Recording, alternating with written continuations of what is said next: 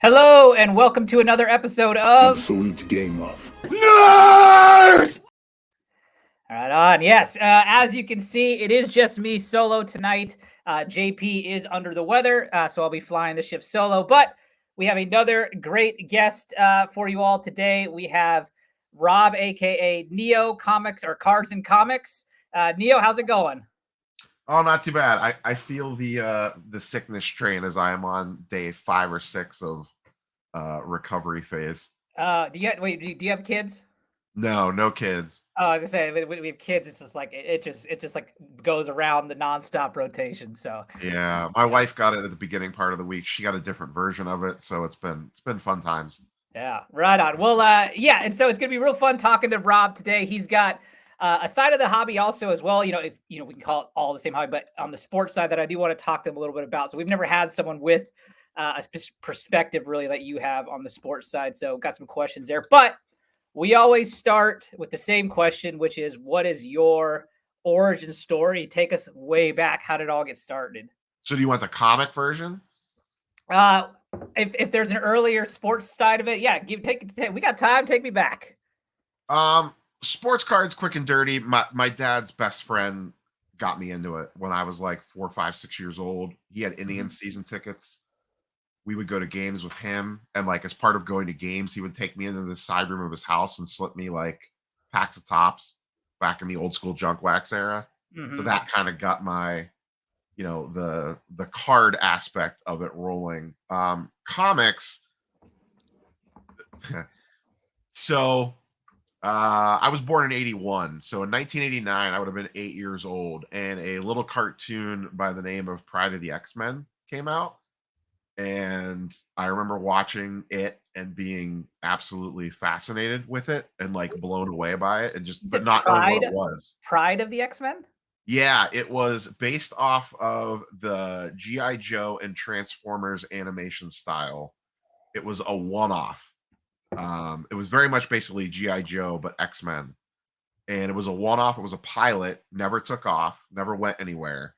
But it came out on VHS. You can watch it now on YouTube for free. It is quite the ride. It's like 30 minutes long. It's not good, but it's good if you grew up in the 80s. Watched that, fell in love with it, but had no idea what the X-Men were. I didn't really know what comic books were at the time.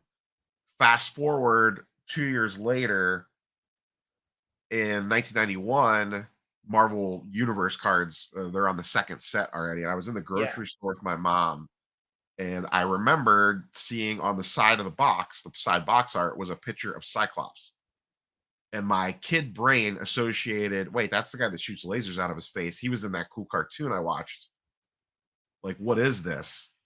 So bought packs of Marvel Universe, then put the pieces together that this was comic book stuff, and then bought, I still remember to this day, the first 2 issues I bought off a spinner rack was in late 1991. At the time, I didn't, looking back on it now, was Jim Lee X-Men 1 and Uncanny 282, the first appearance of Bishop, were the first 2 comics I bought off the rack. So as a 10-year-old, basically walking into Jim Lee's X-Men right as he was starting, that was hook, line, and sinker. Yeah, the series 2 cards was the hook for me. I went back and collected series 1, but it was series 2. Same thing. Series 2 and then series 3. That was my intro as well. And then the X-Men, Jim Lee X-Men 1, that I feel like that, and then like Todd McFarlane's Spider-Man 1, those are the 2 like people from our era all talk about. I'm interested though, as you got into Marvel at that point though, your affinity for sports cards didn't, because I went from comics into sports cards. Like it was like I matured, we'll say. And I was like, oh, I'm into sports cards. But you stayed into both then, or? So I've always had the bug of like, I need to stack things up around me. But the genres have always switched. So I started with sports cards and then went into like in that 10 to probably 14, 15 range. Did comic cards, so like the Marvel Universe cards, X-Men cards, and comic books. When I got to late middle school, I jumped into Magic the Gathering Hmm. and played a lot of Magic the Gathering for a couple of years. Got out of that, went back in the sports cards. So I kind of like stay in one thing for a little while, move on to the next, and then kind of filter back. When Like, you were kind of round robining this, did you keep all this stuff, or did you like get rid of everything and have to no, I start over? kept no, I would keep, because especially at that age, it's not like you're selling on eBay and stuff back in the early '90s.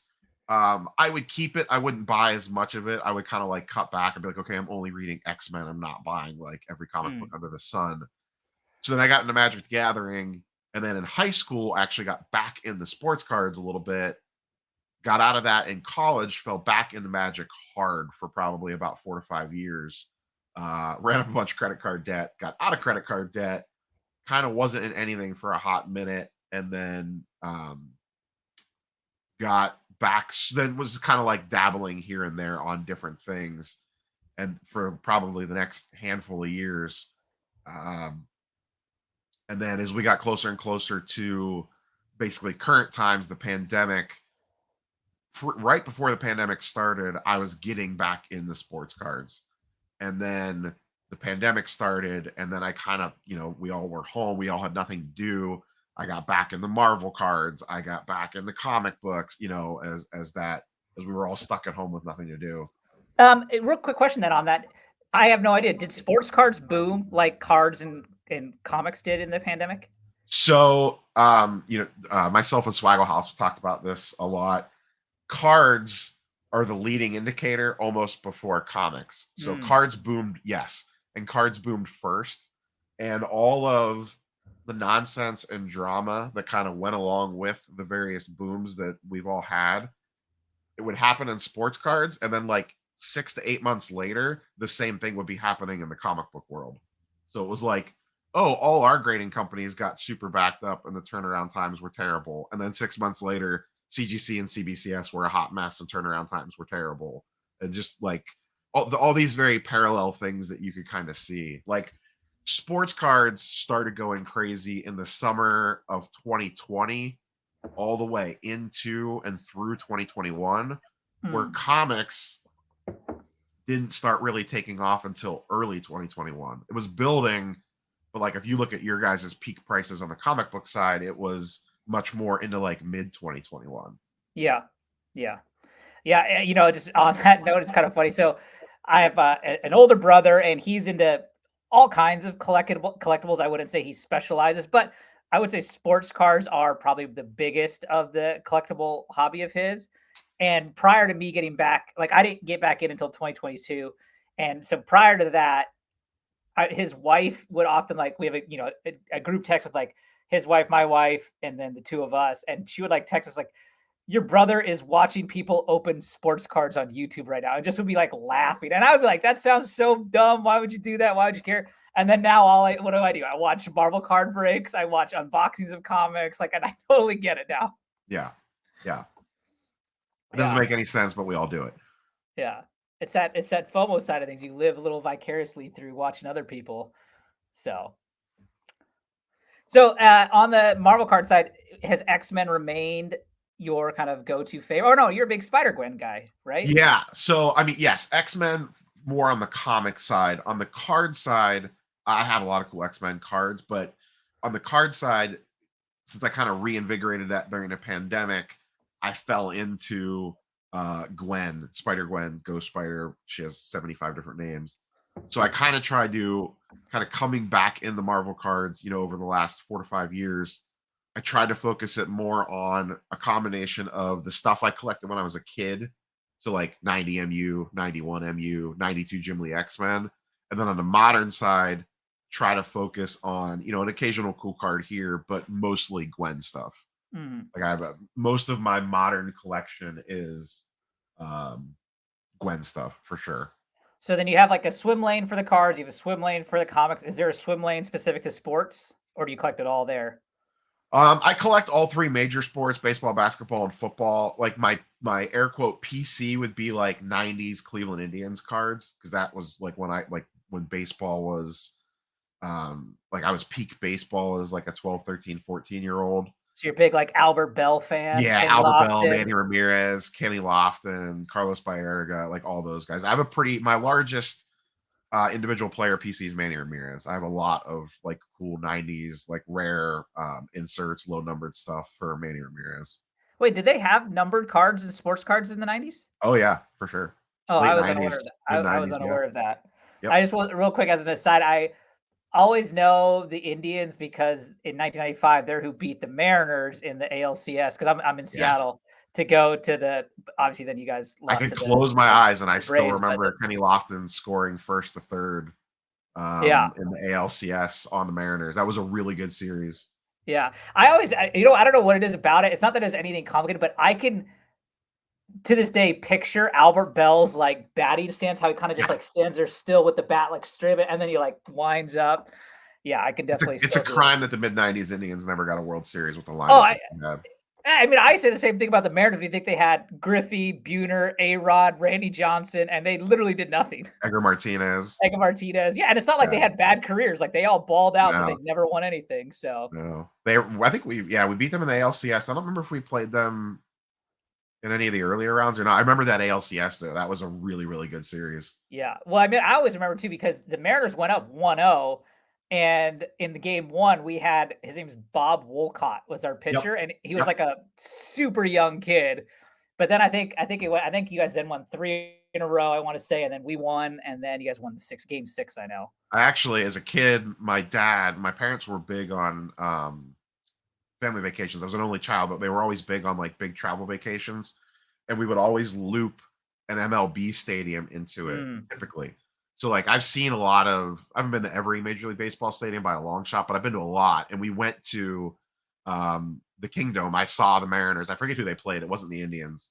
But I saw like Randy Johnson and A-Rod and Griffey play in the Kingdom. And then I've actually been to the new park as well, Safeco, which is really nice. I love Safeco. Yeah. It's one of my Safeco is probably in my top 3 favorite parks in Major League Baseball. Well, I was gonna say you can't say that without us asking what are your top parks. It would be that one. It would be PNC is my number one. The Pirates Park is just Mm. gorgeous. It's absolutely gorgeous.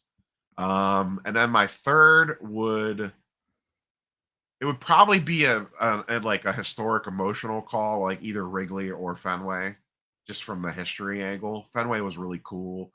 Camden Yards is really cool as well as Yeah, I like was the gonna say Camden first of Yards the have been for the modern games. parks. Yeah. You know what I mean? It's not like if it doesn't stand the test of time. I mean, it's still really nice, but like that was the first of the modern era. Like that was the Yeah. one that everyone's like, we need, like, why don't we have baseball parks like this? Yeah, I agree. I went to camp and I was like, yeah, this is a special place. Fenway, I didn't actually go to a game. I just went to it. I just walked around Fenway, but I definitely Yeah, wanted I've seen two want. games at Fenway. I went to Wrigley for the first time a few years ago. I never made it to the original Yankee Stadium, and I've never been to the Dodgers. Safeco, I liked Safeco, or not Safeco, Pac Bell. I don't know what it's called now, the Giants Park. Yeah, that was the We other one I went was saying. there. That was really cool. We went to that and Safeco on the same trip, and I actually like Safeco better, which I thought going in I would like the Giants Park better. I actually like Safeco better. I will tell you, I used to live in that kind of area, and so I've been to a lot of Giants games. It's like, depending on where you're sitting, though, my God, can it get cold in that stadium if you're where the Yeah. water and Well, oh I'm from my Ohio, so goodness. that doesn't bother me that much. Okay, okay. The Safeco, you guys got the garlic fries, which are on point. Yeah, I always feel garlic fries are like they smell great, and then you get them and they're great, and then when you're like a third of the way through, you're like, okay, I've had enough of these. That's most ballpark food. Yeah. All right, let's kind of swing back a little bit. So, kind of go through you. How long have you had your channel? Like, what made you start? Kind of talk to people that don't know what your channel is about. Kind of go through that stuff. So the channel is primarily, I would say, 70% sports card or card macro level related topics. A lot of grading angles, like looking at grading and grading numbers and just general news and daily nonsense of mostly the sports card world. Another 20% of that is like Marvel cards or non-sports cards, and then 10% of that is comics. I mix the comic content in here and there, though I probably spend more on my comic collection than I do my sports card collection. It's just not a focus of the content.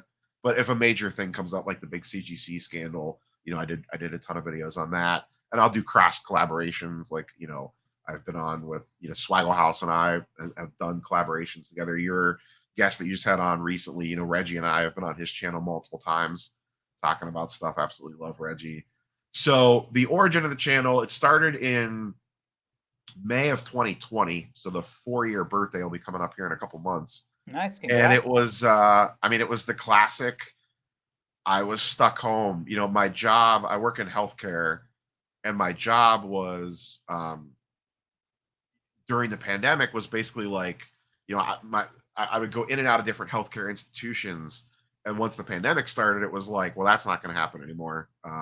So they transitioned us to work from home, and as part of that, we really didn't have a ton to do. So they were kind of thinking of projects, and one of the project that I got stuck with as kind of like the tech guy in the office was, hey, can you make training videos for that we could use to in service our customers since we can't do in-person stuff? And I was like, sure, I'll figure out how to do that.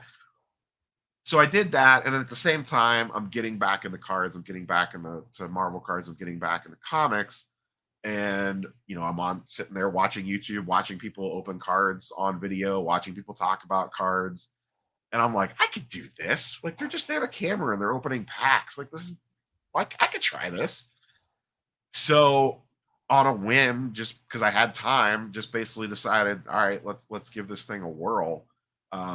Quickly found out it's a lot harder than it looks.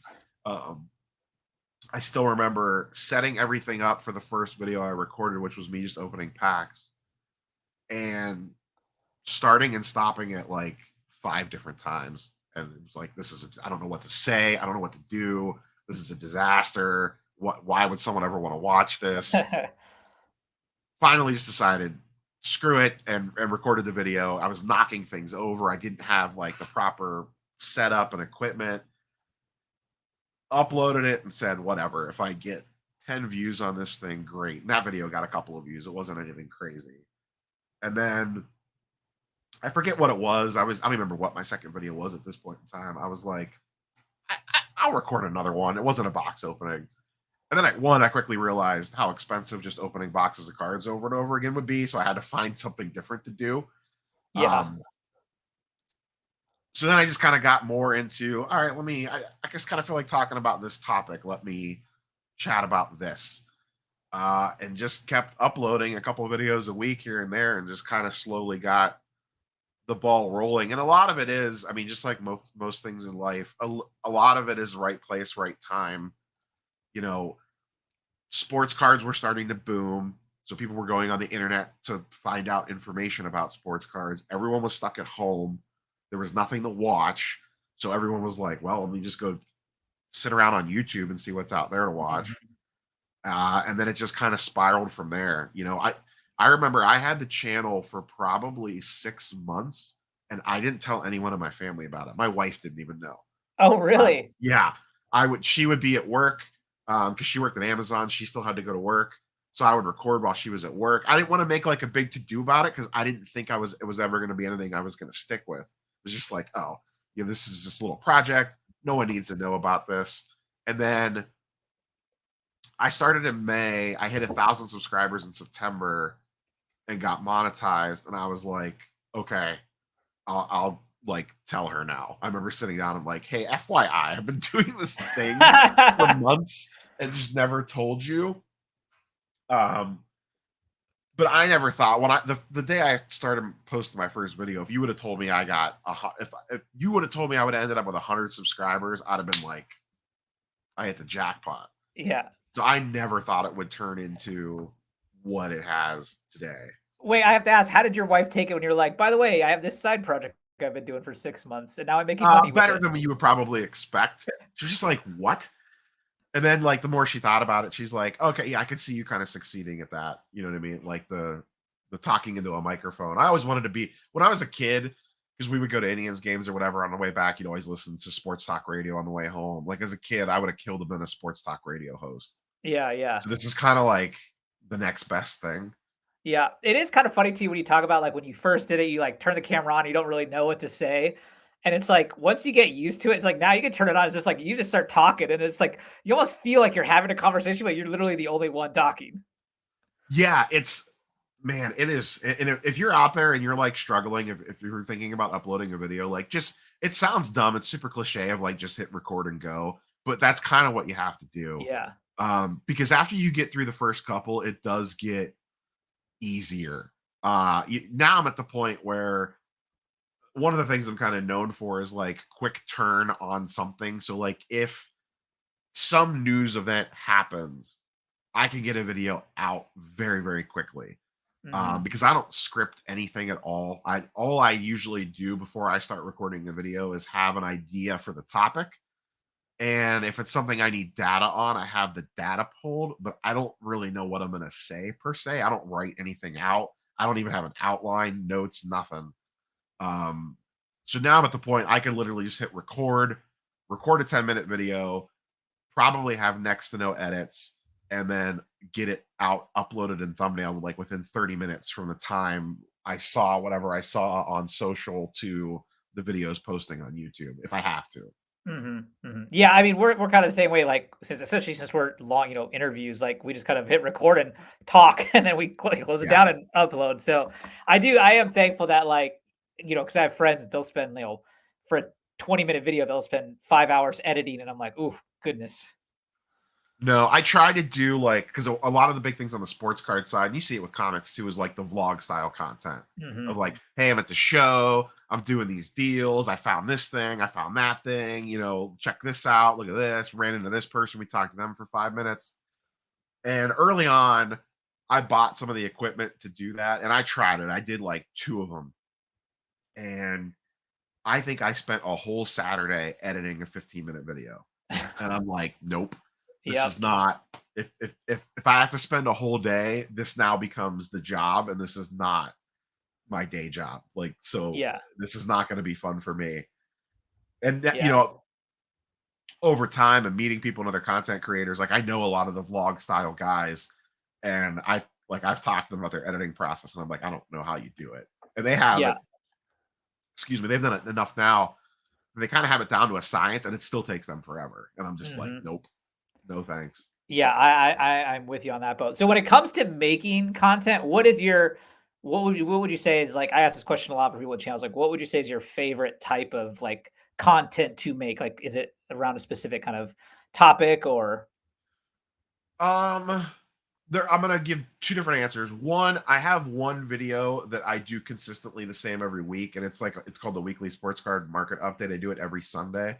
I always enjoy that one. It's the only video I know of the week that I know what it's gonna be. I know that video is gonna be every Sunday, and it's kind of my any news story I didn't get to during the week, I'll kind of throw into there and give like a quick 3-minute take on it. And then I'll look at like just some general market trends on card prices that have happened maybe over the last week or two.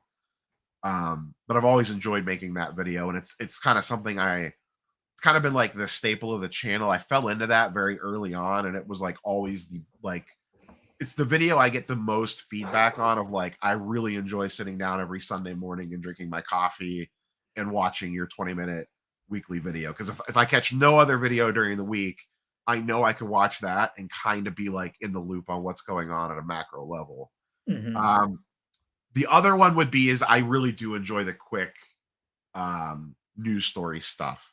Like I enjoy like something happens, kind of the challenge of coming up with like whatever my take angle or whatever macro level things this could have ripples on downstream that maybe people aren't thinking about, and getting that on camera very quickly and getting that out.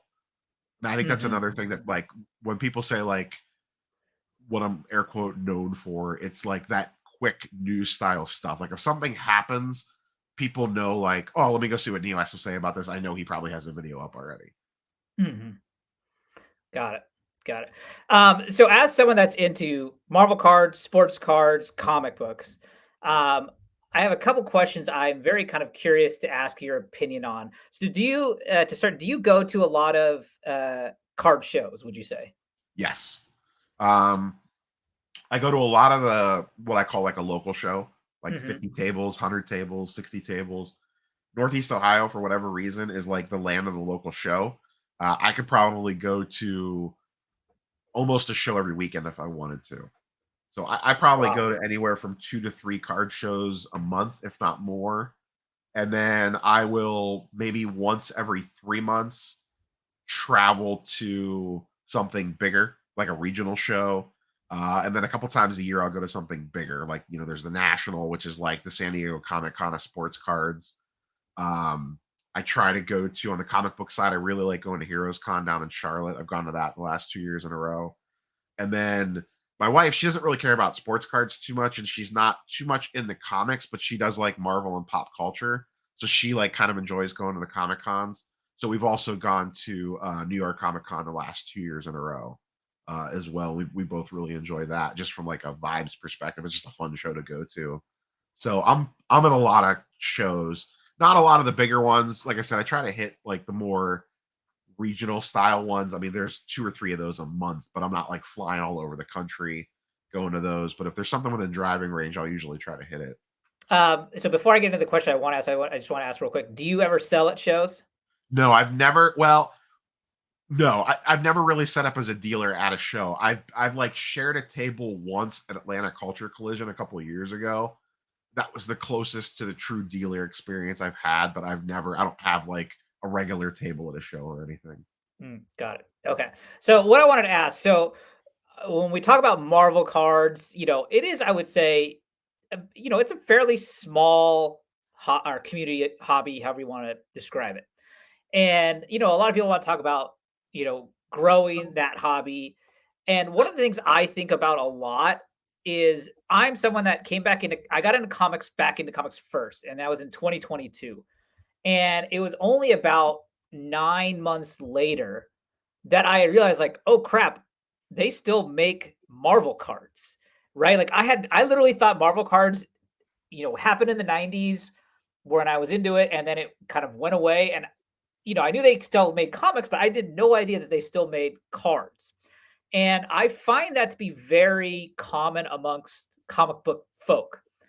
And so when I think about like how to grow the Marvel card specific hobby, I think it's getting more attention from the comic book crowd.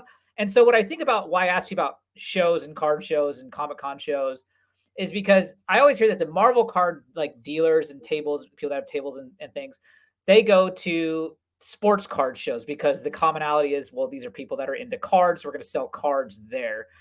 And I go to a lot of, or not a lot, but I go to Comic Cons and there's no Marvel card footprint, at least at any of the cons I go to. And to me, it seems like it would make more sense for the Marvel card people to go to the Comic Con because there the commonality is the characters, the IP of Marvel and DC, we can say too, and the people that are there for the comics just have no idea about them. And if they had some exposure, I feel like the hobby could grow quite rapidly. This is my theory. I'm curious what your thoughts are on that. Yeah, it is interesting because as someone that attends both, I 100% agree with what you're saying because on the card side, I see not a ton, but I see Marvel cards at any given card show that I go to. Not a ton, but I'll definitely to walk across the case and see like a random Marvel PMG in a sports card case is like 100% normal. It Mhm. didn't used to be like that. Over the last 3 to 4 years, it is definitely non-sports in general, whether it's Marvel, Star Wars, Pokemon, you name it, has really infiltrated the card scene for sure. But to your point, when I go to Charlotte or when I go to New York, you don't ever see, rarely do you see Yeah, if some anything, Pokemon, maybe, yeah, and you but may see like some guy may have like a shoebox of some old cards that he sells for yeah. 50 cents. Yeah, and I think I don't know if it's just like what you said. It's just like card people are card people and comic people are comic people, but obviously you and I know better than that because we're both. And I think a lot of people are both, especially in the Marvel. I think a lot of people that collect Marvel cards at least dabble in comics to some Mhm. degree. Um, but I don't know. Maybe it's just that there's not that many like true I only deal in comic cards. So they have the inventory to support setting up at a show like that. Whereas at a card show, it's oh yeah, I have a showcase of comic cards. I also have a showcase of Pokemon and 2 showcases of sports cards. If you, like, ask me to set up at a Comic-Con, maybe they just don't have the inventory to justify the expenses of the con, I don't know. Because I Yeah, don't I know how mean, many people could be like, "Yeah, I can fill out, like, a whole setup at a Comic-Con." yeah, I mean, like, do you know Michael of Cool Card Life? The name sounds familiar, but I don't know 'em off the top of my head. Okay, yeah, he's someone that could have the, and we had him on here, and we talked about that, and he was into definitely trying the idea. I do think the other thing too I would love to see, like, so when I first got back into comics, like, I only knew of, like, eBay as a platform to buy comics off of, and then as I got kind of into the Instagram scene, like, I almost unless I'm buying it privately through friends or people I know, I only buy comics on Instagram. I find it's the best place to get the best prices. It's easy to make relationships with dealers and get better deals and things like that. Plus there's also the luxury of, like, no tax Yeah, sometimes, and yeah, things like that. And, with Marvel cards, that just isn't a thing on Instagram. And I would love, like, so like Elite Comics 11, right? They have yeah. their comic book site, but now they have Elite Comics or the Elite Collectibles. Collectibles. Yeah. And you do see cards pop up there every Mhm. once in a while. And, like, I would love to see that grow because, again, like, I don't like it. Just the eBay experience to me is, while don't get me wrong, it has a lot of pros, but it's a very cold experience, if you know what I mean. Versus, like, when I buy something from Yeah. someone I know or a dealer I know on Instagram, it's a definite, like I buy from a lot of the same people, and I would love to do the same thing with the card side. So that's another area where I'd love to see expansion if it was possible. Yeah, a lot of the Marvel stuff goes down in a lot of you can find a lot of good Marvel card Facebook groups where deals get Yeah, yeah, done. yeah. Um, I feel that the Marvel card Facebook groups are better than a lot of the other Facebook groups that I'm in for, like, sports cards and comics. I don't Mm. know if it's just because it's a tighter community because there's just less people, so it's kind of like you almost kind of know everybody in the group, even if you don't know them. If that makes sense. Um, but yeah, I mean, I follow a lot of Marvel card people on Instagram, so maybe I'm just seeing that slightly more, but a lot of it's people not even selling. It's just them Yeah, just showing their showing off stuff. their collection or whatever. eBay, I'm with you on comics and cards. I buy a decent amount on eBay, but, like, on the comic side specifically, I'm with you. I usually buy from Grails, Elite, A1, or people that I know. Yep, Um, but sometimes, what you're looking for only pops on eBay, especially if you're looking for something 100%. rare or low pop, low census. You got the same searches going. But you're right, it sucks buying on there. You got to pay shipping, you got to pay tax, you got to pay. Feels like you're paying an Fee. extra 25% for whatever it is that Exactly. you're buying. Yeah, it's like sometimes you see this great price, and then by the end of the transaction, you're like, well, that was, way more than I thought it looked like it Yeah. was gonna be. And on the flip side, the seller, they're losing, like, 20% to eBay fees and taxes and Yeah. shipping and, like, their own headaches. So they're probably looking at it too, like, man, that was a good price, but I didn't get that much for it in the Yeah, end. exactly, exactly. I do wanna, one of the things you said is also something else I wanted to talk to you about. So you said it's now very common that when you're looking at a case of sports cards at a show, that you can see a Marvel card PMG.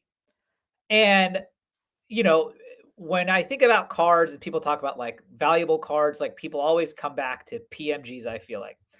And I am not as well versed as in terms of the history of the hobby, so I'm very low knowledge level on these. But I've been hearing a lot how PMGs also have special appeal because of how they started in sports cards, and therefore a lot of sports card collectors are into Marvel card PMGs, and that seems a bit odd to me. I mean, I'm curious if you're what you've seen in that regard.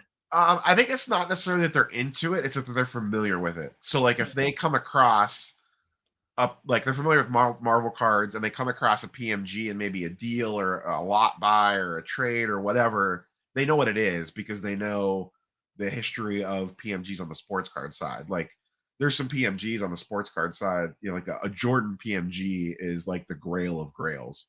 mhm, Excuse me. That card sells for astronomical sums of money. Even, like, players that aren't even that well known sell very strongly in the PMG side, the original PMGs. So I think it's more that just people in that realm kind of know a PMG better than they know, insert random Marvel insert here that we all know and love.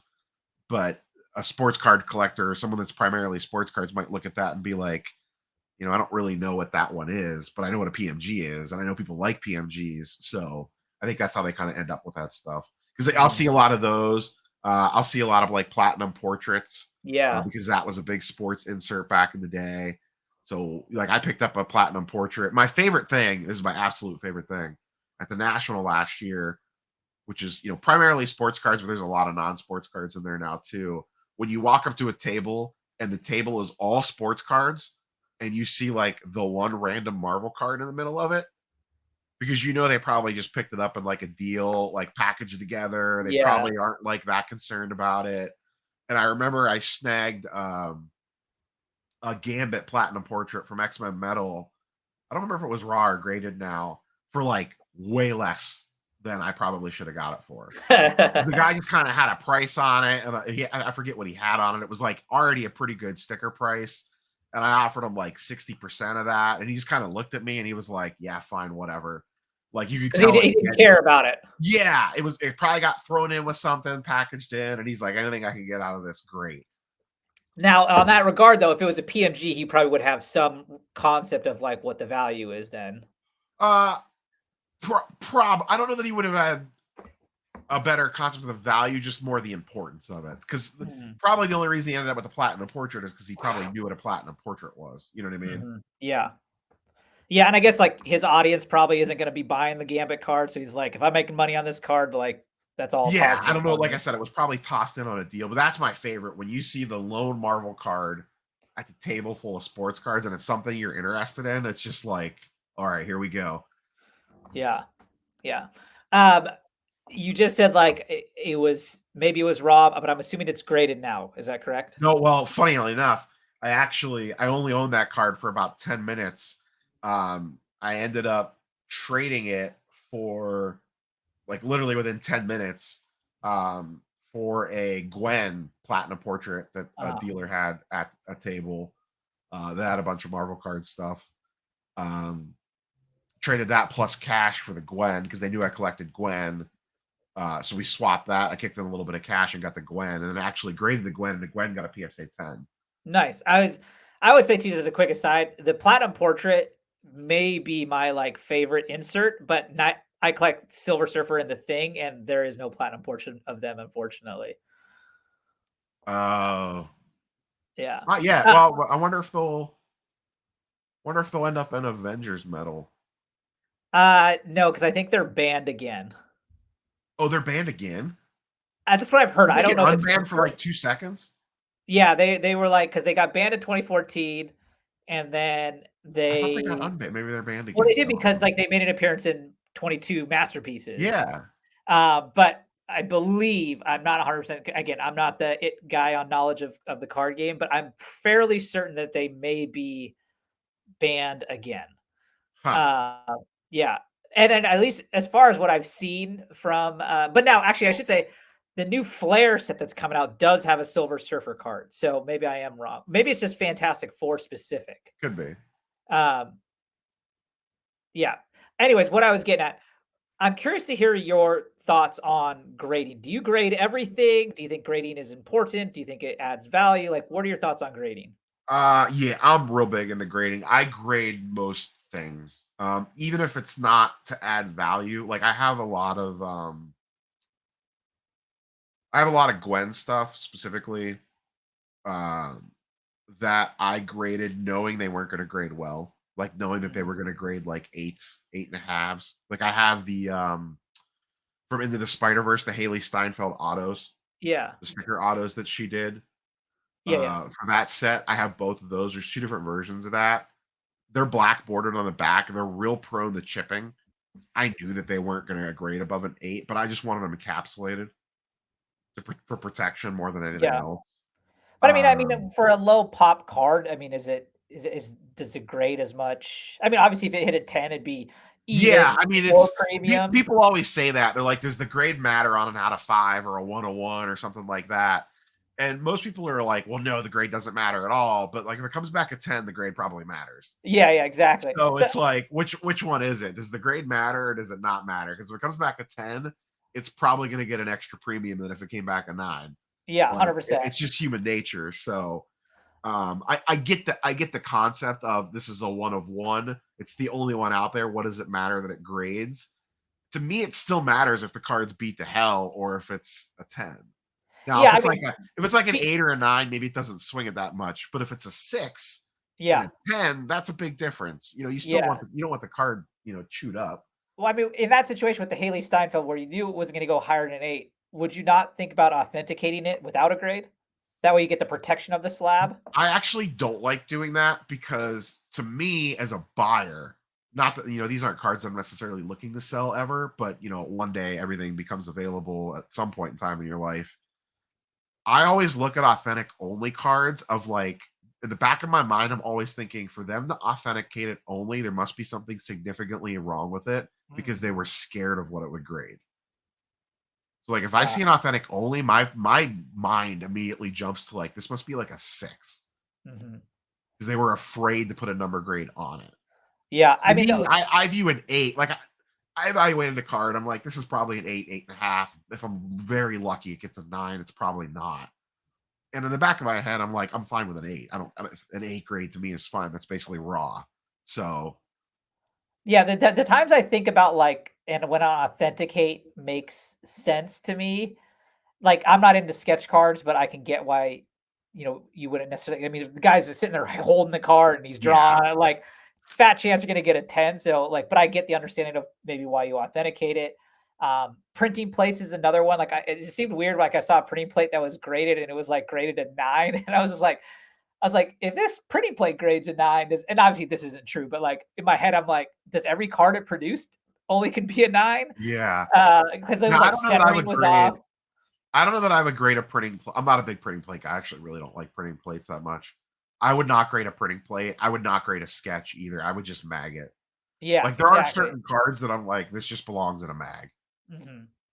Yeah, okay, yeah, so that's what I would do because it's like, why would I need to spend the money to authenticate? I would just put it I agree, but that's what I would say is, like, that's the cases I kind of understand, but I also agree with you, like, you're 1 of 1 if it's a 4, like, unless it's, like, Mickey Mantle, obviously, but yeah, if it's beat to hell, that's not gonna be great. Yeah. Even like a lot of my Gwen PMGs, I have them graded. They're anywhere from 8s to actually have a couple high grade Gwen PMGs from Spider-Man Metal. But part of that was just to encapsulate them because they're so condition sensitive. It's like, all right, let me Mhm. just lock in this 8 that it is. And now it's locked in the slab. I don't have to worry about it anymore. Yeah. Do you have a preference on grader? Um, for most stuff, I usually send the PSA. A lot of Marvel stuff, I will still send the CGC, though not as much since they went away from the blue label. I still really like the CGC case. Yeah, it does have nice clarity and They're so gorgeous. Like they are crystal clear. Cards look really, really good in them. So I still send some stuff that way. But it just kind of depends on the card. If it's more PC and I don't necessarily care about the grade, I'll lean CGC. If it's I want to add value or potentially resell this down the line, even for Marvel, I'll still go PSA. the only thing that kind of is driving me crazy recently with PSA though is I don't like a lot of the I don't know choices. Like for example, like have you seen those amber cards that they're putting in like the big picture frames now? Do you know what I'm talking about? Yeah, I do. I don't like that. And then like it seems like on a lot of thicker cards now they're adding like a penny sleeve, and it Yeah, oftentimes gets like they're thicker wrinkled card in the holders. Their thicker card holders are not the greatest. yeah CGC definitely has them beat on that. yeah. But I usually don't like sending thicker cards to PSA anyway, because PSA notoriously grades thicker cards kind of extra hard. Oh okay. Got it. On the sports card side, is grading kind of the same kind of thought, or does it have more importance there or anything? Oh yeah, it has way more importance there. I mean, almost everyone slabs everything. We're addicted to grading on the Mm, sports card side, and PSA is king. yeah, SGC is probably number 2 in sports, and then probably from a sales standpoint, Beckett will outsell CGC. From a volume standpoint, CGC probably and Beckett are probably pretty close to each other if you look at like the monthly numbers. Beckett's really fallen out of favor since the pandemic. But Ah. PSA is the king. They grade the most by a large majority, and they still claim the resale value king, which is what people care about that more than anything else. Exactly, yeah. It's kinda the same thing with comics, right? I'm like, I get it, like, I'm not saying CBCS is a bad company, but it's just like, when we have such clear data that shows CGC sells higher, it's like, Yeah, I don't know why anyone would shortchange themselves. yeah, and it's also it's not like it's been funny recently with all the CGC drama with the reholder stuff and all that, and people are like, "Let's go to CBCS," and I'm just kind of like, "You guys remember that like CBCS had like a ton of issues over the summer. Like they're not Yeah. the savior that you think they are." Um, they're also CBCS is owned by Beckett. I can tell you right now, they're not equipped to handle any increase in volume at all. They would melt, and you'd be wondering why your books are taking 8 months to get back to you with a ton of customer service Can issues. you expand on that a little bit? Because I don't think a lot of people on the Marvel side would understand that, because we don't know BGS very well. Yeah, so Beckett, I mean, they were the king for years, and then the pandemic happened, and they basically did nothing and really haven't kind of improved the company or invested into the company at all. Sorry. And kind of as the pandemic's gone on, they just kind of we're content doing with what we're doing. And if we don't throw a bunch of money in this company, we'll just keep making the profit off of what we got. We're just kind of cool with that, just kind of sitting there letting things roll in. And it's really caught up with them. It just Mm. is really caught up with them. Like no innovation, no, they're so backwards. They still use paper forms for a lot of stuff. It's just they're a mess over there. Yeah, me personally, like, especially with even with comics too, like, at the moment, I just kind of feel like I'd rather just spend the money buying another collectible versus paying to grade. Now, if I find what I'm looking for and the deal happens to be that it's graded, great, but it's not a huge concern to me at the moment. I would say at least, but Yeah, it's you know the buy the book, not the grade, buy the card, not the grade thing. Everyone says it, but nobody does it. If that yeah, was the case, they would all sell for the same. yeah, If 100%. people really stood behind that, a CBCS 98 and a CGC 98 would sell for the same amount of money. Yeah, But that's just not the way that it works. yeah, yeah. Going back earlier, you said in the stream here that even though it's the least amount of content you do, you spend the most on the comic hobby. Probably, I definitely probably spend more on comics. Probably, it's probably close, but I I would sell most of my cards before I got to my comics for sure. For Why is sure. that? I just think the comics are more my PC than the cards. I have more cards that I'm not attached to than comics, I think is really what it boils down to. Hmm. I just have more of a draw to the comic side for whatever reason. I don't know, they make great display pieces. I think I have more memories tied to comics as from being a kid than I do a lot of the cards. I think that draws into it as well, the nostalgia factor. Mhm. Is now you were saying though the comics, is it strictly almost all X-Men related? No, not all. I mean, I have the bulk of my collection is X-Men, X-Men related stuff like Wolverine, Deadpool, New Mutants, mutants in general. And then I have a decent amount of bronze and copper Spider-Man keys and a lot of I don't chase modern variants except for Gwen stuff. I'll Mm, buy a cool Gwen cover here and there, but I don't really touch anything. My line of demarcation is Ultimate Fallout 4 and Edge of Spider-Verse, the first And appearance of Gwen, below. and below. I don't really look at anything newer than that. I have a couple odds and ends of things here and there, but that's probably 5% of my collection. And then do you go how old did you go? Silver Age? Do you go to Golden Silver Age? Age. I don't look at Golden Age at all. I don't know much about it. It just seems like a whole other bag of cats that I'm not ready to deal with. I have enough stuff to chase in the Silver Age before I even think about Golden. What is on the chase? Like what is on your X-Men 1's radar? the number one. Yeah, that's same for me. That's my number one chase right now. Yeah. I think this is gonna be the year for it. It was my target last. I had two goals last year, a realistic one and an unrealistic one. The unrealistic one was X-Men 1. The realistic one was finally finishing the Dark Phoenix run. Hmm. And I was including X-Men 101 in that, even though it's not officially part of the Dark Phoenix run. So I had probably about a third of the books. And I had some of the more heavy hitters. I had 129 already in a 9.6. And I wanted 9.6 or better For the in the run you're talking run. about. Yeah. Um, and I had I forget the issue number off the top of my head. I don't know why I'm blanking on it. It's one of my favorite covers of all time. The one where Wolverine's slicing the 133. Hellfire. Yeah.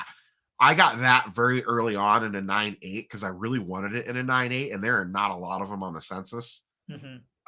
It's a very tricky book to find in a 9.8. So I had that one locked down. I think I had like the first Dazzler locked down already. Oh, you're gonna be rich now. Yeah, I got that in a 9.6. I think I could retire. Um, but I went into Heroes Con with like a list of like 6 that I needed, and I got pretty much, including 101. I got 101, and I think it's in a 9.2. I wanted a 9.0 or better in a 101. And I knocked them all out except for one. There was one book I couldn't find there, and it was the least key book of the thing. It's the one where Cyclops is leaving. It's the Oh yeah, last book in the run. a lot of times that's not even considered part of the Yeah, Dark Phoenix. It's I the one included it. after. I included it. So I ended up having to buy that one on eBay. So I knocked all that out last year, the ones that I needed to finish off for that. So I was really happy about that. So this year I think is X-Men 1. The year previous to that, I picked up, which I would have been better off waiting, but whatever, because they're way less than what I paid for them. But I grabbed the same year, I grabbed a giant size X-Men 1 and a Hulk 181, which were like 2 books that I just never thought I would own. Yeah, Like Hulk those are just 181 was one of my goals that I hit last year as well. yeah. I got both those books and I was thrilled. Like I just remember getting them and I bought them about 6 months apart. But when I got them each in and just like holding them and just being like, I just never thought I would own one of these, and I'll Yeah. probably feel the same way when I get an X-Men 1. Yeah, 100%. Now, I have to ask, since you were talking about that run all above 9.0, do you have high grade aspirations for that X-Men one? No, no. That'll be probably like I would take a well presenting 1.5 to I would love to say I could get to a 3 or a 3.5, but that might be more than what I want to spend. Yeah, I You mean, get you get to certain number points, and it's just like I don't feel comfortable spending that much money on a collectible. Even if I have the money for it, it's just like you reach a certain dollar value, and yep. it was like, ugh. Like my wife never questions anything because she knows whatever I buy, card or comic wise, comes from money from cards, comics, or content. So like whatever money I make from content, whatever money I make from buying and selling cards, that stays in its own separate world. I call it fake money. It Yeah. stays in its own separate accounts. And I really believe in like if you're in whatever it is that you collect, set up a separate account for it I do and the same thing. siphon money off to it, or however you fuel it. You gotta get money into it. Whether it's maybe you siphon yourself off a little allowance until you kind of get things rolling. But she knows that any money that I spend on this stuff does not come out of the real money. The Yep, real money is 100%. over here. The bills are paid for. It's never, I could buy something, it could go to zero tomorrow, and it is not going to affect the car payment, the house payment, that sort of stuff. But when I bought the Hulk 181, because this was still like This was 2022, so they were still pretty pricey. And I have like a Mm. 6.5 in that. Oh, I nice. remember I went to her and I'm like, I just want to let you know I'm doing this and it costs this. I know you don't care, but it's at the amount where I feel like I need to at least let you know what's happening. And she was And cool then with she it. was She's like, okay with "Hey, it it's then? your money. It's coming out of your pile. Like, we're good." But she's like, "I appreciate you like just kind of letting me know." So like, I don't know, an X-Men one, anything above a 3 or a 3.5, you're getting still getting pretty pricey even in the down market. Yeah, I mean, I'm realistically in the 1 to 1.8, maybe a 2 if there's some miracle that happens, and I'm okay, but the thing is, it's like and we were talking about this I was talking about this on the Discord with Justin just got an AF-15, and it's a One, 1 and a yeah, 1.0, but it's a great it looking looks 1, great. and he, posted on the Discord where it's, the guys are talking about Marvel cards, they're like, "How's something that's a 1.0 look that good?" And that's what I was just like, you guys have, like there are plenty of examples of low grade copies of books that look Yeah, phenomenal, and there's plenty of examples of higher grade books that, like, for example, like we were talking about, CGC doesn't seem to knock you that much for colors that are faded, and so it's like you were talking about Giant Size X-Men 1. That's a perfect example. Like you could see a 7.0 Giant Size X-Men 1 and it'll be super faded. Like it'll yeah. almost be like that red X-Men will almost be like a yellowish color. My And my Hulk 181 is a 6.5, but it presents like an 8.0 because the red on it is gorgeous. exactly, And I right? made And so sure, same thing with my giant size one. I cared more about the color than I mhm, did the grade. I think my giant size one is like a 7.0 or something. yep. And But like it presents great. The only thing I don't like about it, and it kind of haunts me now, it's got a spine roll to it. And I uh know Giant Size X-Men does on a lot of them. It's just kind of a nature of the beast. But it's like enough that it bugs me a little bit. I wouldn't mind switching that out at some point in time. yeah. And like I always tell people like two things that like I kind of like shoot for when I look for these kind of books. It's like I love detached covers because again, when it's in the slab, I can't tell it's detached. Yeah, And 2, like, for example, you've seen that, is it a 1.8 or a 1.5 that Swaggle has? It's a Journey into Mystery 83, the first Thor. I would have killed for that book. Right, I would exactly, I right, would kill I would kill for an X-Men one in that. exactly, As right. soon as he got that, I was like, because even Swags, he has a low grade X-Men one that presents really well. Yeah. And but she's like, "Look, you look at that front and it's like, this looks like a 4 or 5, maybe Yeah, better." And he's like, "They graded because, like, the back has, like, a corner turn toward." I mean, for yeah. all I care, like, scribble all over the back and give me that low grade price. Yeah, I was so mad at him when he showed that Journey into Mystery. I was like, "Oh my god." I was like, I'm not even that big of a Thor guy, and I would have jumped all over that because it Yeah, looks I so mean, good. we have, and we've had him on the show, a buddy. His name's Errol, and he has a Superman 1, and Superman 1 is not cheap, and his is a point 0.5, and the reason it's a point 0.5 is because the back cover is ripped off. But from the front, this now I don't want a point 0.5 X-Men 1, but when it comes to Superman 1, I would That's a whole different bag. his point 0.5 is still a six-figure book, and it looks like a 5.0. It's just because it doesn't have that back cover, Yeah, that's why it's a point 0.5, and, like, that is a dream, I would say, for that. He loves it, he's totally happy with it, and I was like, "I get it, man, it looks awesome." yeah. I would really like to buy my X-Men one in person too. I'm targeting Heroes Con, which is in June, and I'm hoping I could find a low grade copy there. Well, let me ask you then. So I would love to buy it in person, but like my only I can go to a few shows locally here. The con prices that I get when I go, it's like they're I wouldn't even dream of buying an X1 because they still have pandemic prices. I feel like is Heroes Con a con? Would you say that has actual realistic pricing? It's like any show, sports card or otherwise. Half the dealers are there to not sell anything, and Mhm. half the dealers are there that are actually priced appropriately and want to sell books. So Okay. you just got to know the guys that are willing to either A, work off their sticker, or B, they're priced in the realm to begin with. There's Mhm. always going to be the ones that you go to and they're still priced like it's 2021, 2022.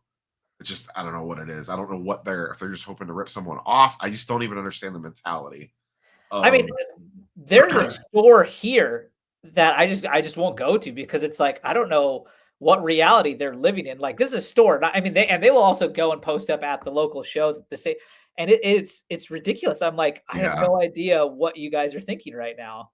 no, I get it. I've had good luck at Heroes Con the last 2 years. I've gotten what I thought were fair deals. I'm not gonna say like, I walked out of there like I ripped people off. But I got very close to paying slightly less than what I could get it for on eBay, or about what I could get it for on, a good deal on Elite or Mhm. Instagrails or whatever, and being pretty happy walking out of there on stuff. Not everything, but you Yeah. know, Yeah.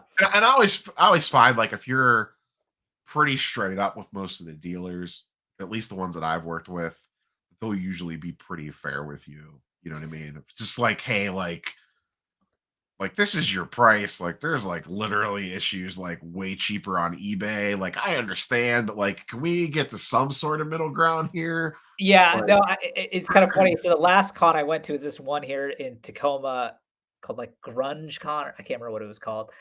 But the biggest book I saw at the con there was a Hulk one. Now, I am in nowhere near the ability to buy a Hulk one of any grade at the moment. But this was a 3.0. And and the guy was like, "Hey, do you mind if I just take a picture of this? It'd be cool to take a picture of this Hulk one." It's the only time I've actually ever seen a Hulk one in person. And he's like, "Yeah, no problem." He brought it down. I got the picture of it. I'm just like, "Okay, curious, what is your price on this?" And he said $30,000. And I was like, "Wow." And I literally the next day on Elite is a 3.0 Hulk one, and it's $15,000. And I was just like, that sounds high. yeah, I was like, and this is like what I'm talking about. Like, I just don't get it. Anyways, Some of that stuff though too, I've also found that like if they think you're a serious buyer, sometimes their tune changes on some of that stuff. yeah, perhaps. If you're looking at an X-Men 1 and they have it, I don't know, whatever it is, 40% higher than what it's supposed to be, and you act like you're gonna buy or maybe even flash some cash, that sometimes they'll get a little bit more like, "Oh, okay, like maybe I might be able to sell like a 6K book here." You know what I mean? Yeah. I think sometimes their tune changes a little bit on some of that stuff. Yeah, and I also think there's also probably a whole like moth to a flame concept. Like I put that Hulk one high up on the wall, people will come to my booth. Yeah, And for I, sure. I'll put an FU price on it. If someone takes it, great. If not, I still enjoy my Hulk one kind of thing, is kind of how I also think about it sometimes. Yeah, Um, you quickly learn, and once again, this applies to sports and comics both. If you go to like the show circuit, you run into the same dealers at a lot of these places, and you quickly learn the ones that like, okay, I don't really need to waste my time over there, mhm, or oh, let me go see what this guy has because I know that he's either a fair or prices his stuff fairly, or is willing to work if you're pulling out, like a handful of stuff. mhm. Like there's been at Heroes Con last year, I remember I bought um uh the I'm blanking on everything because I have so much cold medicine in my head. The first appearance of Gambit X-Men annual was it annual 14. 14? Yeah. I pulled that out and the guy was like basically like right at where it was supposed to be price wise. And he's like, "Oh, if you want to grab some other stuff, let me know. I'll work with you on like a package deal." And I was like, all right. I was like, well, this book's already like pretty. I was almost ready to buy this without even offering anything on it. I was like, I'll flip through here and see what else you have. He had like a Venom Lethal Protector #1, which I never owned. I never really. It's kind of one of those ones. I'm like, I wouldn't mind having one of those at one point in time. Mhm. Same thing, very fairly priced. I pulled that out. I pulled out. He had a Wizard, graded Wizard, the X-Men 30th anniversary cover, and then something else in like the $100 range. And he knocked like 20% off, just because I bundled like 5 books together. And 3 of those I probably wouldn't have even really bought. Like, but the fact that he was willing to give a deal, I was like, oh, okay, like this is fairly priced. And it's kind of something I've always wanted. You start plucking stuff out. Next thing you know, you got a stack of stuff there. Yeah, I mean, and I'm gonna be real here, too, right? Like, even if I'm buying one book, when you're in person, like, there's no reason, in my opinion, not to throw out an offer because worst they say is no, and then if you just buy it Yeah. at the price they have it, like, and I have found that like almost every time. I mean, as long as I'm reasonable, like most people are willing to, play a little here. If their prices are fair, I'll usually initial offer 20%, Hmm. knowing that I'll probably get 10. Exactly. But Yeah. as long as the initial price is fair, I'm perfectly fine with that. Yeah. Exactly. 100%. Like, and I think too, like, you also have to be. willing to know that. And that's one thing I think you can say with comics that isn't necessarily true with Marvel cards. I'm not sure about the sports side of things, but there's always going to be another deal on that same comic. Like that's one good thing I find Yeah, about comics. that's Like most things. I mean, yeah, like really. there's always going to be another deal that comes around. Now, like with a Marvel card, if it's out of 5, it's like, well, I didn't even never see this card again. That's a Yeah. different story. But with comics, it's like I'm going to throw out a number that I'm wanting to pay or what I'm looking to pay for this, and if they say no, it'll come around again. So Yeah. I mean, there's a lot of X-Men ones out there. We'll use that as the example again. Like even low grade, there's plenty of them out there. It's not like mhm. you have the only copy sitting behind your table. Yeah, and that's why I think you have the ability to go back to what we were talking originally, like find a well presenting low grade that fits your budget. Yeah. The only trick with that is the dealer usually knows it's well presenting, so you're probably gonna have a little trickier time negotiating on it. But I'm also fine paying a premium on Yeah, because yeah. I the my target, one of my other targets the year before was, which I got at Heroes Con. I seem to always go into Heroes Con with a plan. Was an X-Men 4. I Mm, really wanted an X-Men 4. And I knew that I was probably going to be in that 3.5 to 5.0 range. And I wanted to buy it in person because I wanted to make sure it presented the way that I wanted it to. And I ended up snagging, I think, a 4.5 nice. at Heroes Con. It would have been 3 years ago now. Like this upcoming show will be 3 years ago. Actually, Um, it's funny you say that. I literally made a deal on an X-Men 4 this week. oh, really? I Yeah, love that book. it's a raw, and he estimated at a 2.5, but it looks great. And his price was awesome. And and right after I made that deal, I sold a bunch of books on Facebook and good to go. Yeah, mine's either a 4 or a 4.5. I forget which. Um, but to me, it's like I think it's might be like the second most important X-Men key behind one. I would say GSX one would be my Well, okay, yeah, two. yeah, yeah, yeah. That would yes, 100%. But I think it's right there after that. Then Yes, 100%. Those are clearly the top 3.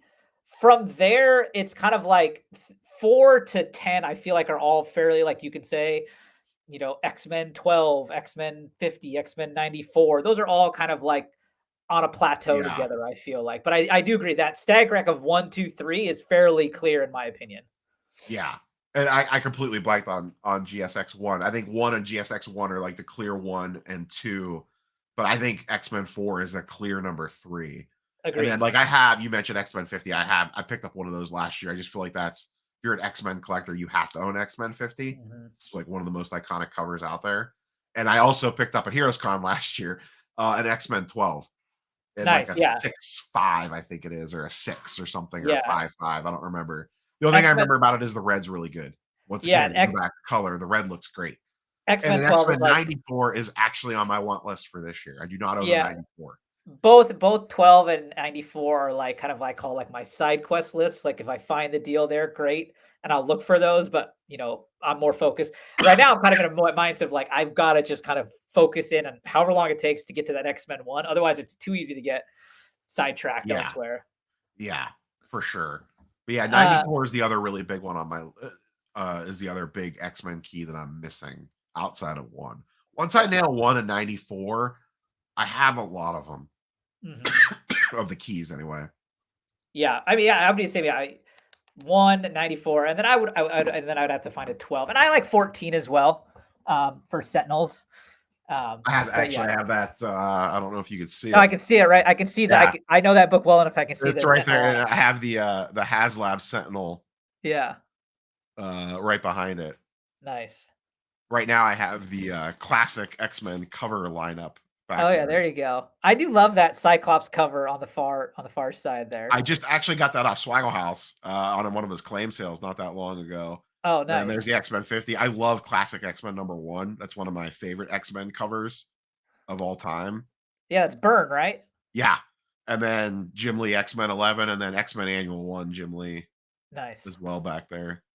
I Yeah. love the I try to rotate through the back and theme, and right now is an X-Men theme, which actually I just speaking of cool X-Men covers, I just got this in the mail this week. Oh, nice. Very cool. Yeah. Not a key book, X-Men 43, but just a great X-Men cover. Yeah. Now, are you grading all of your PC for comics too? Then. So I've only ever sent books to CGC once. I always buy graded. And what I Yeah, okay. sent was it was all Gwen variant covers that I bought at New York Comic Con last year. Mm. So I that's the only submission I've ever sent to CGC for comics. I've never like bought a raw book in the wild and graded it. Yeah, okay. And I mean, like, when you talk about, like, X-Men 1, like, I agree, like, that's one where it's like, I kinda want that blue label on it just to Yeah. have some sys and I I get, don't like, when you I go don't ahead. trust myself enough on the comic grading yet to venture into that space. I'd rather just Yeah, buy graded. yeah. I mean, I would if the price was right and I knew the person who it was coming from very well, I would say. Yeah, But yeah, if Swags or Reggie or someone that I knew in the comic industry was exactly. like, "Hey, I got a deal on this. It checks out. I think you're good." I would probably pull the trigger on something like that, but I would never just do it on my own, Yeah, 100%. especially on something expensive like that. Yeah, 100%. Now, like something like this, even in a 9.0, this is like a $200 book. It's not that expensive. Yeah. Something like this would probably be where I would wet my feet at. Like just a cool X-Men cover, non-key, and if I ran into one raw in the wild, and maybe that would be something I would take a shot on, but not a key book. I'm just not ready for that yet. Yeah. It's just a Um, brain space thing. I'm in too many different markets and areas. That's like the one thing that I'm like, I don't have room for this. yeah, yeah, yeah. No, I agree. That's another thing too. It's like we could all go and I can watch 10 videos on restoration and things like that. It's like I don't really need to. I don't really want to be perfectly honest. Yeah. Yeah. I don't know what I'm looking for when it comes to that stuff, and especially on that older Silver Age stuff. I don't know that I'd be able to tell if someone color touched up a cover if they were Well, I good mean, at it. not to mention like, do you ever watch like Bry's comics Uh-huh. videos? Yeah. Like he had an AF-15 and it was a purple label, and he's like, I'm pretty sure the purple label is just this down here in the little spot where there's some gray. Someone just used a pencil to just make a couple fill-ins with pencil, and it's like I would miss that even if I knew what restoration was. You know what I'm saying? Like I would miss that. Yeah, I'm not messing with that. Yeah. Real quick before we can kind of wrap up here, after the X Men one, do you have any thoughts beyond that? I just like to think long term when I collect, so I'm just curious if you do. No, because X-Men 1's been at the top of the mountain for a couple of years now, so I haven't really thought beyond that. Like major key wise, I don't know that it would be anything massive after that for a while. I think I would probably go back to let me fill in some gaps on some stuff. Got it. Like I would love to complete the full Claremont run slabbed, like in a Oh 9.0 wow, or better. that'd be something. That's like the long term goal. I mean, when you have the Dark Phoenix saga, you kind of already have a decent chunk of that already, to be honest. You have the chunk of like the most valuable ones. Yeah, I have that, and I already have Days of Future Past as well. Hmm. 141 and 142. And then you have So 266 probably. yeah, I have 266. I have like first appearance of Jubilee. Like I have a lot of that. Yeah. Um, that like more modern stuff. But that would be like the long term goal. I wanted to go from X-Men 94 and up. So basically giant size X-Men 1 up to like basically Jim Lee 300. X-Men Yeah. would be amazing. Yeah. I have a handful of friends that are all big X Men collectors, and the Claremont run was like the first, not necessarily slab, but just the run in Yeah. general. That's So. why I wanted to kind of take it in chunks. I'm like, all right, I know I want Dark Phoenix. And like you said, that's kind of like one of the most expensive sections of that run. Mhm.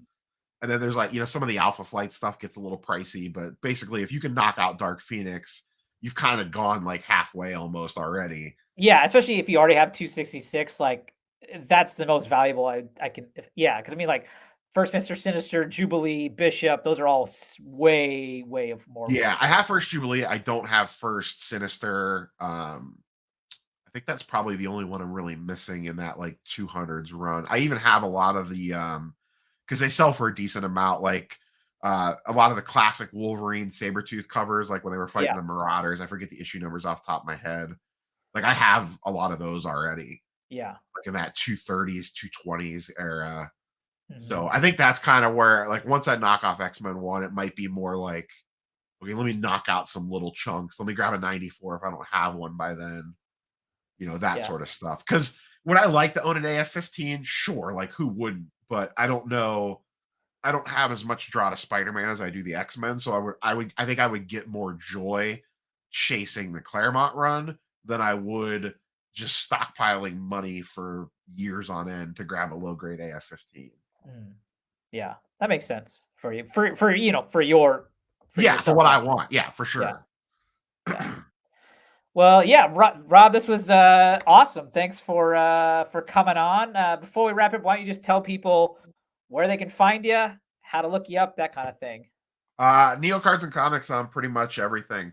Primary outlet is YouTube. I post a lot on IG, and then a little bit on Twitter, but same Neo underscore Cards and Comics, I think, on Twitter or X, whatever it's called now, and Instagram, and then Neo Cards and Comics on YouTube. Those are the three main ways to track me down. Right on.